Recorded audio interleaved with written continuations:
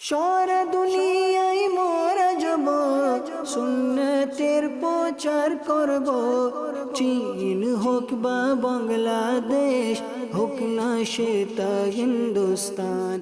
বিয়ের মধ্যে দাওয়াত 500 জনের, রান্না হবে 1500 জনের। যদি কম হয়ে যায়, আর যার কম হয়ে যায় তার অবস্থা কি হয়? কত আইটেম!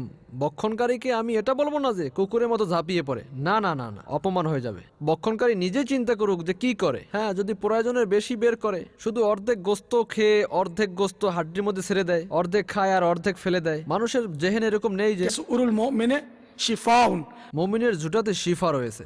লোকেরা ঝুটাকে শেফা মনে করে না, মায়াদাল্লাহ ঝুটাকে খারাপ মনে করে, রোগ মনে করে। এমন যুগ চলে এসেছে, কোথায় কোথায় রোগ ছড়িয়েছে আমি আপনাদেরকে বলতে পারবো না। গ্লাসে একবার পানি পান করলো, ডিসপোজাল হয়ে গেল, ফেলে দাও তাকে। উড়োজাহাজেও এরকমের এত সুন্দর গ্লাস দিয়ে থাকে পান করার জন্য, সেটা এরকম স্টিলের হয় না, প্লাস্টিকের হয়, কিন্তু এত সুন্দর গ্লাস দেয়, ফেলতে মন চায় না, তারপরেও একবার পান করে ফেলে দেওয়া হয়।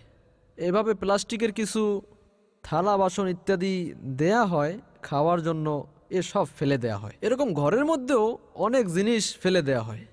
সুফরা বিছানো, দস্তরখান বিছানো হয় প্লাস্টিকের, যত খাওয়ার ইচ্ছা খেয়ে নিল। খাওয়ার পর যা অবশিষ্ট, প্রায় রুটির টুকরা, এই সেই বেঁচে যাওয়া খাদ্য এভাবে পেঁচিয়ে ডাস্টবিনে, খাওয়ার জিনিস সহ দস্তরখান এভাবে ফেলে দেওয়া হয়। এই রোগ আমাদের ভিতরে।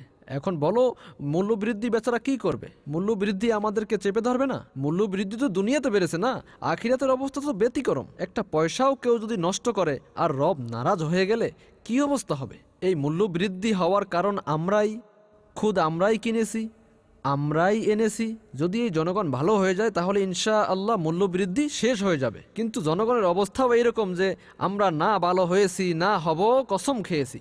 এই অবস্থা যে আমাকে সংশোধন করে তো কেউ দেখাক। জন্ম নেয়নি সংশোধন করার মতো, কেউ জন্মই নেয়নি আমাকে ভালো করবে যে আমরা ভালো হব, আমরা মসজিদে আসব, আমরা নামাজ পড়ব, আমরা আমাদের বিয়ের দাওয়াতে খরচ কম করব, আমরা খাওয়ার আইটেম কম করব, লাইটিং কম করব, বিয়ের অনুষ্ঠানে যা অহেতুক প্রথা তাতে কম করব। আমরা কি নাক কাটাবো নাকি? আমাদের এই নকল নাক তোমাকে কিয়ামতের দিন ফাঁসিয়ে দিবে।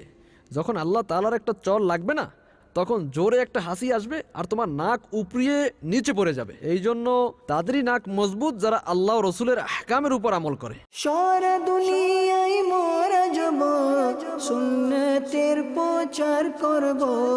চীন হোক বা বাংলাদেশ, হোক না সেটা হিন্দুস্তান।